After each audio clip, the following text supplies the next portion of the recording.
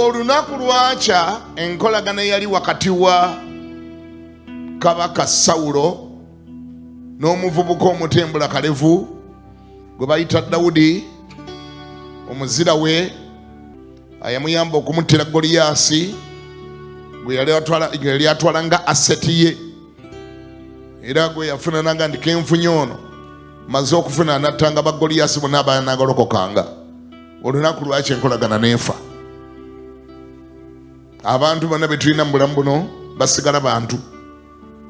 Tewali bukakafu nga mukwano gwo olwaleero n'omwaka ogujja agenda kusigala nga mukwano gwo. Sikigambye ndo ekikolerere naye ngezaako okugamba obwesiga obusinga obungi obuteekanga mu Katonda yatakyuka yekka.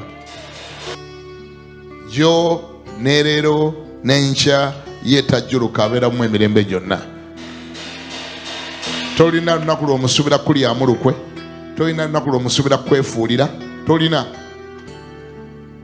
lunaku lw'osuubira Katonda nti agenda kwogera oludikya. Kyobula nga bwe tumwekwatako tumwekwatirako ddala osobola omwesiga nobeera safe and sure.